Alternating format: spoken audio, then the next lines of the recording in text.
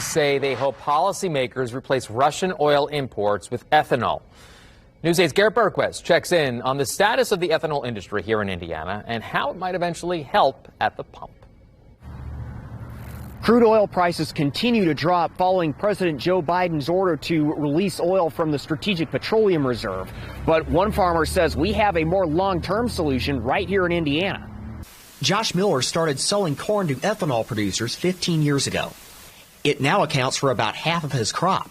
One of the things that really got me turned on to growing ethanol, I mean, it's a sustainable energy source. It's a clean fuel, it's a sustainable fuel, and it's something I can contribute on my farm.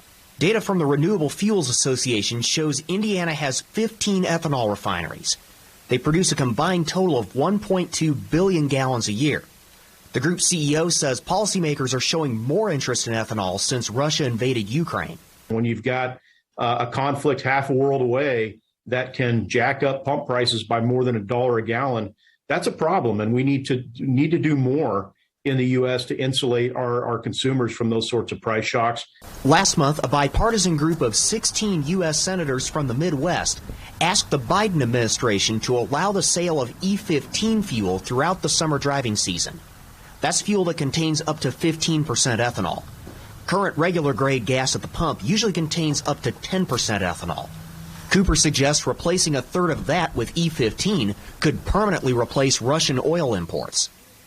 Miller says this is more than a business decision. I have 3 young boys. I have the next generation coming back behind me, and I can say with absolute confidence that I'm preparing a more sustainable agriculture market for them.